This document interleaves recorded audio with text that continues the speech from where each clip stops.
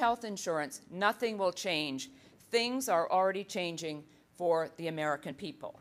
We also have 159 new boards and commissions under Obamacare, and 16,000 new IRS agents are going to be hired just to monitor what Art was talking about. My second pillar is the individual mandate, and it is the most controversial part of the Affordable Care Act. There are constitutional challenges. Actually, there were 31 constitutional challenges. The two most important are the Virginia case. The Fourth Circuit Court of Appeals heard that last week, earlier this past week, and the three judges, two were appointed by Obama and one by Clinton. I think it's probably likely that this three-judge panel will say the Virginia case is constitutional, just based on the questions that were asked. The other case is the 11th Circuit Court of Appeal, the decision that Judge Vinson of Florida, representing 26 governors and the National Federation of Independent Business, Judge Vinson in Florida ruled that the individual mandate was unconstitutional and the whole Affordable Care Act. That case will be heard in Atlanta on June the 8th.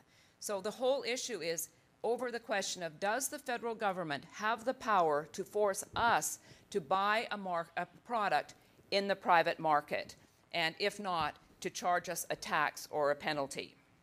So there's a lot going on. I think this will go to the Supreme Court, probably this fall, and the Supreme Court will make a decision probably in June of 2012, which is 6 months before the federal election. This is a very, very important part, because if the individual mandate is ruled unconstitutional, the whole of Obamacare will fold because of the issues like guaranteed issue and community rating. So the question is, does the decision to not buy insurance constitute economic activity that affects commerce because the uninsured raises the cost for everyone? And it was very noteworthy that this past week, on the day of the Fourth Circuit Court of Appeals, the government, HHS, came out with their study saying the cost of uncompensated care to hospitals was $49 billion. So I have filed an amicus showing why it's nowhere near $49 billion. Medicare, which Art talked about under Obamacare, is going to be reduced by $575 billion over 10 years.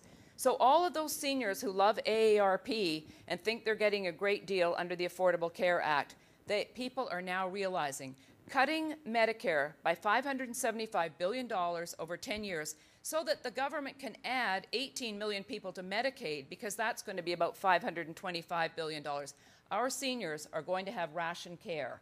1 in 3 Medicare-eligible patients today already cannot find a doctor because doctors don't want to take patients where the reimbursement rates are so low. There's a lot going on with the budget. What Obama wants to expand the IPAB, that's not the iPad, but the IPAB, the Independent Payment Advisory Board, give it a lot of authority. I believe that programs like vouchers and premium support, means testing, are the way to solve the problem of the costs of Medicare. The Medicare trustees came out yesterday and said the Medicare program will be bankrupt by 2024, which is 5 years earlier than they said a few months ago. There's a whole lot of things with medical loss ratios, how much insurance companies have to pay out of the premiums they collect.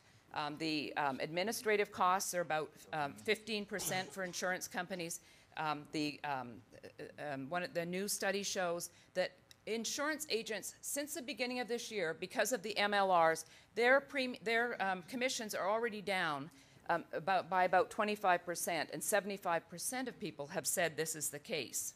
Accountable care organizations, another frightening term. It's just sort of like a super HMO, where Medicare patients would get their care through these accountable care organizations where doctors and hospitals would band together to provide what is lower cost care.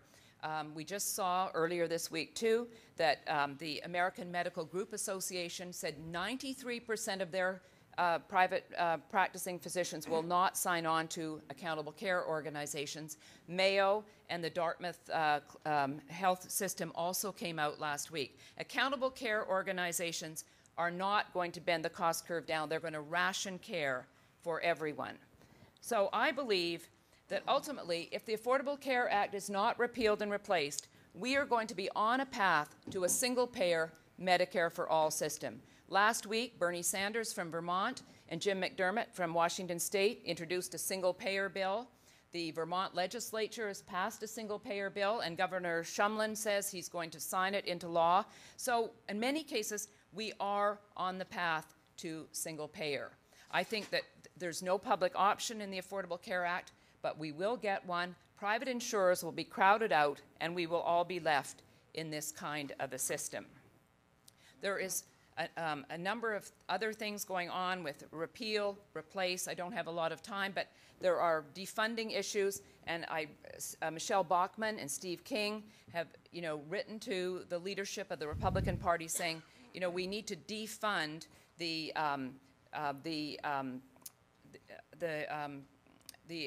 16,000 new IRS agents, the expansion of the Medicaid, all of these things. $23 billion is going to be spent this year unless this is defunded. And also we need to repeal the 2.3% tax on medical devices. We need to repeal IPAB, and we need to repeal the Class Act, that long-term care provision that even Max Baucus called it a Ponzi scheme. And then finally, the 1099 reporting requirement has already been repealed and passed into law. So unless this is repealed and replaced, this is the largest entitlement program since the Great Society. What are the solutions? Well, Art talked about the tax code. That is one of the most important ones, the change for the healthcare system. My key issue is we need to empower doctors and patients. Then costs will come down. States need to reduce those 2012 costly mandates that add 20 to 50% to the cost of premium. Each state has about 47. They range from in vitro fertilization to alcohol rehabilitation to hair prostheses. Now, all of the work that I've done on working against Obamacare, I think I might need alcohol rehabilitation sooner rather than later. We also need the states to do medical malpractice reform. Texas did it. California has the micro law.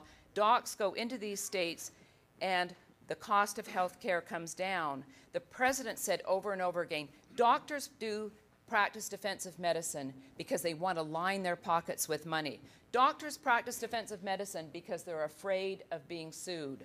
And so there was a federal bill just introduced into Energy and Commerce this past week, and which would be a national med-mal bill. I'm capping non-economic damages at $250,000. This is worrying. I'd rather have the states do medical malpractice reform, but anyway, it's something that's greatly needed. So those are some of the solutions that I talk about.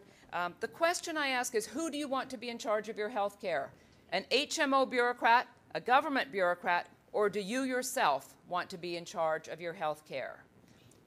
As Newfoundland Premier Danny Williams, when he was diagnosed with needing heart surgery and was told he had to be on a waiting list in Canada, and he, as I say, was a premier, he went to the Mount Sinai Hospital in Miami, Florida, and paid out of pocket for his surgery. When he came back to Newfoundland, the Canadian press was, how can you possibly do this? And Danny Williams said, it's my health, it's my heart, it's my choice. We all want choice. Universal choice is the answer for universal coverage.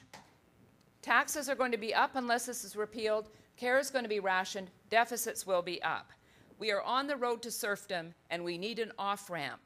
As P.J. O'Rourke says, if you think healthcare is expensive now, just wait until it's free. Thank you.